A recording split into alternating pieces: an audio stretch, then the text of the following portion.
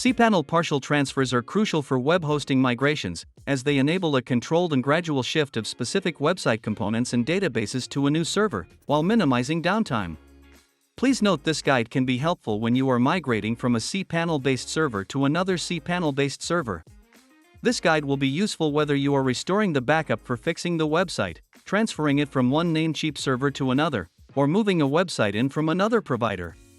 Before you start, back up all the files associated with your hosting. This will guarantee your current cPanel data won't be lost or affected by the partial transfer. You can find a guide on how to do this in the links under this video. Start by uploading your full cPanel backup to the cPanel account you're migrating to. This can be done via FTP or File Manager. We've linked to instructions on how to do this under the video. Upload the backup you want to restore to the home folder. This is the main directory of your cPanel account. Once it's uploaded, extract it.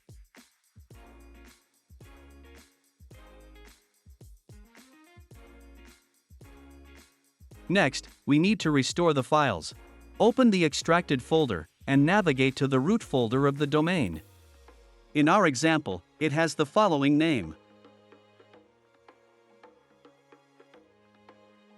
Make sure hidden files are all displayed by enabling the option within the Settings menu. Check the box if needed, and click Save.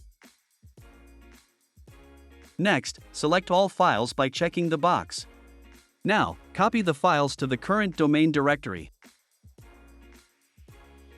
If you are moving the files for your primary domain, the root folder is /public_html. If it's for an add-on domain, its root folder can be found in the Domains menu in your cPanel account. We've linked to a guide on how to find this in the description. Click on Copy Files.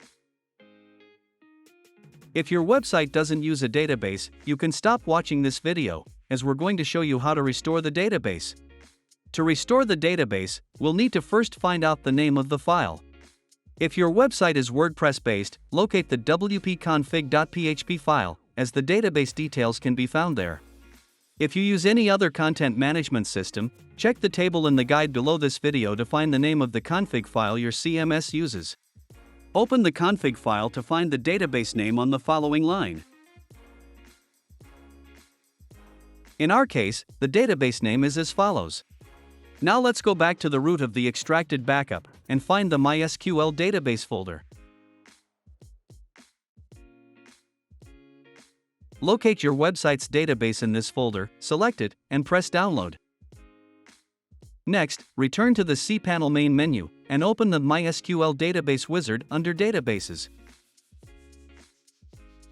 Enter a database name in the window that opens, and make a note of it, then click Next Step. Specify your new database username and password, save them to Notes, and click Create User.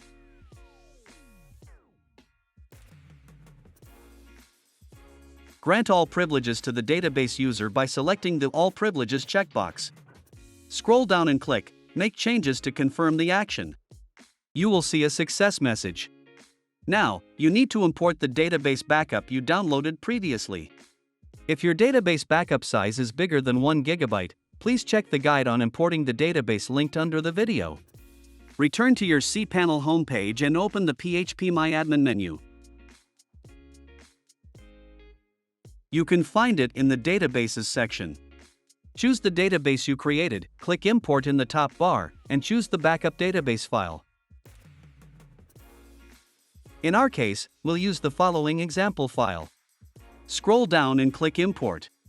You will see a successful message and the list of imported tables. The last step is connecting the database to the website files via the config file.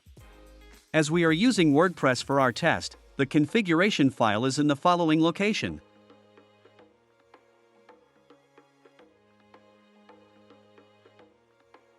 Select the file and click Edit. You'll need to update the database with the new file name, username, and password that you noted down earlier.